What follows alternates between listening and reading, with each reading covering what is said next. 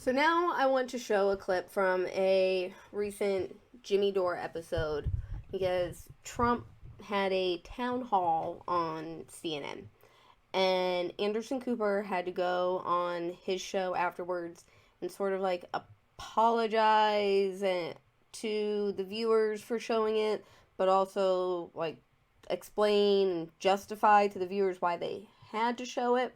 But in this clip that I'm about to show you, there's actually it's one of the few times I do disagree with him about one of these things, to an extent at least. So I want to.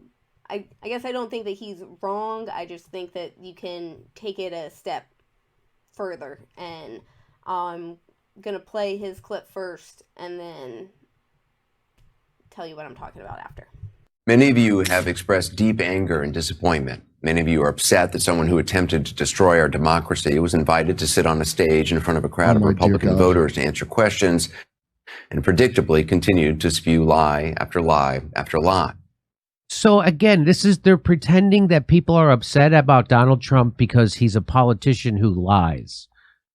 Joe Biden said that the vaccine stops the transmission of the virus on your show, said it stops it dead. You don't have to worry about getting COVID. You don't have to worry about. He said that on your TV news program without being corrected. What is this pretending that Donald Trump offends you because he's a lying politician in Washington, D.C.? Does anybody buy this? I think they believe it. And it was certainly disturbing to hear that audience, young and old, our fellow citizens, people who love. He's good. He's not upset that the government colluded with social media to censor Americans' First Amendment rights about those things, about January 6th, about the election, about COVID, about anything. He doesn't care about actual threats to our democracy. He's only, again, they don't like Trump. Kids and go to church, laugh, and applaud his lies and his continued defamation of a woman who, according to a jury of his peers, he sexually abused and defamed. As good a job as Kaitlan Collins did trying to fact check him, it is impossible to fact check fully because he lies so shamelessly. Now, many of you think CNN shouldn't have given him any platform to speak, and I understand the anger about that. Giving him the audience, the time, I get that. But this is what I also get. The man you were so disturbed to see and hear from last night, that man is the front runner for the Republican nomination for president. And according to polling, no other Republican is even close. And so we would have been derelict in our duty to not interview the guy because that's how news works. Oh. And I know I'm supposed to protect the left's feelings, people who vote for Democrats. I'm supposed to be protecting your feelings from the news. But we actually have to do this because we only care about money at CNN, just like MSNBC, Fox, ABC, CBS, and NBC. We only care about money, and we knew Donald Trump was a ratings getter. And that's why, by the way, that's why MSNBC used to show Chris Hayes would show Trump's empty podium for an entire hour instead of showing a speech by Bernie Sanders, because all they care about is money and ratings. And to pretend like somehow CNN cares about anything else except money and ratings, and that they ever cared about anything else besides money and ratings, is an insult. That is not the reason that CNN showed Trump's empty podium instead of showing a Bernie Sanders speech.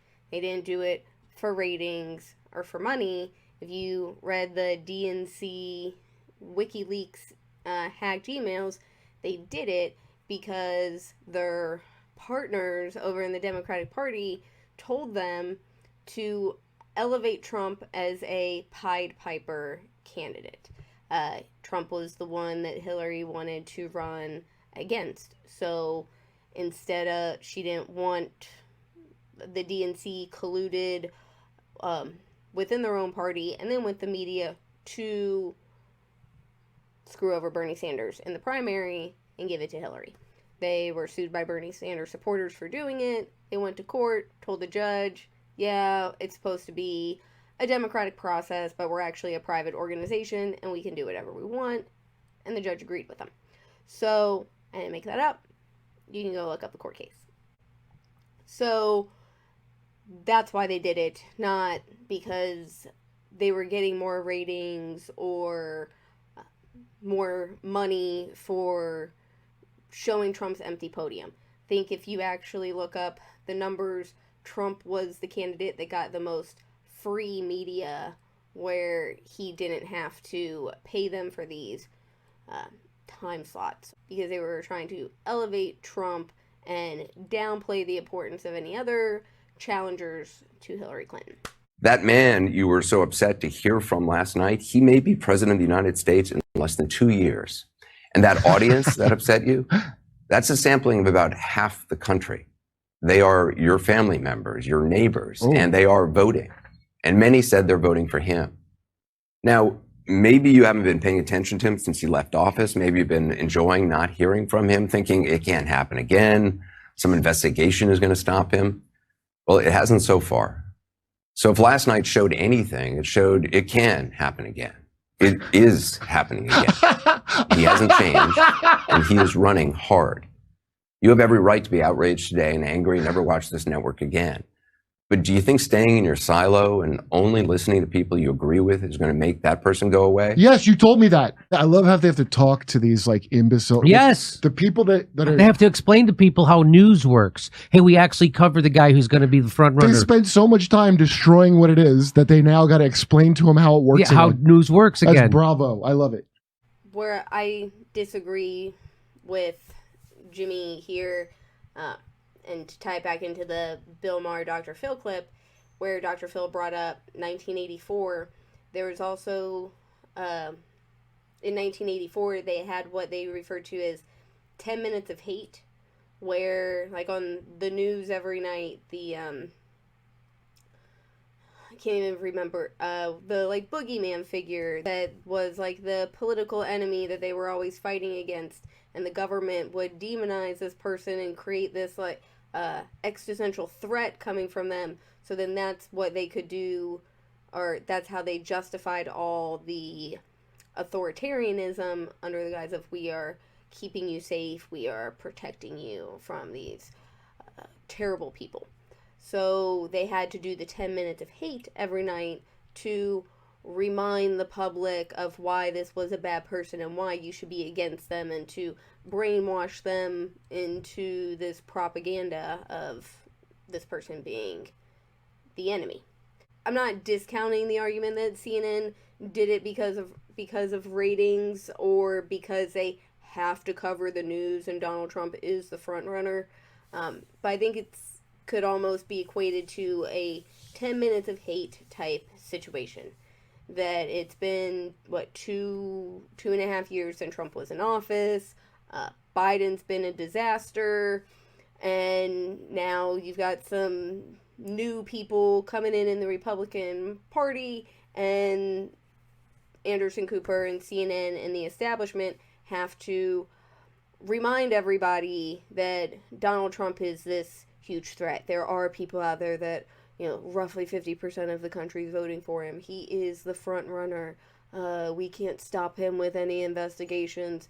So just like last time, everybody has to come out and vote against Donald Trump, because they know that nobody is really voting for Joe Biden. So they have to they can't let people get too bogged down with how terrible the reality is under the Biden administration. They have to keep this looming threat of this Trump boogeyman ever present in the back of people's mind.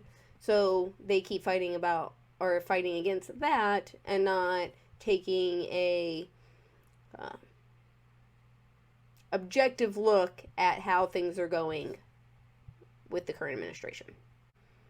I could also potentially entertain the argument too that they do want to run against Donald Trump. I don't know if it's so they can stage some other like fake coup like January 6th and then institute martial law to lock up all of his supporters and people that are non-compliant with the government. Whatever those kinds of conspiracy theories are, I'm not sure if they want to elevate Trump as a candidate over Ron DeSantis, or they actually do see the support that is out there with Trump, so they're just, again, trying to remind their viewers that this threat is out there.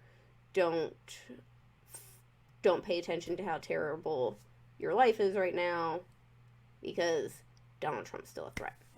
I think the money and the ratings come second. Similar to Tucker Carlson getting fired from Fox News, and everybody's like, oh, they're just gonna replace him with somebody else because that was such a popular program. It's like, no, I think the entire reason that they got rid of Tucker Carlson is because they don't want dissenters like that, people that they don't control on the public airways.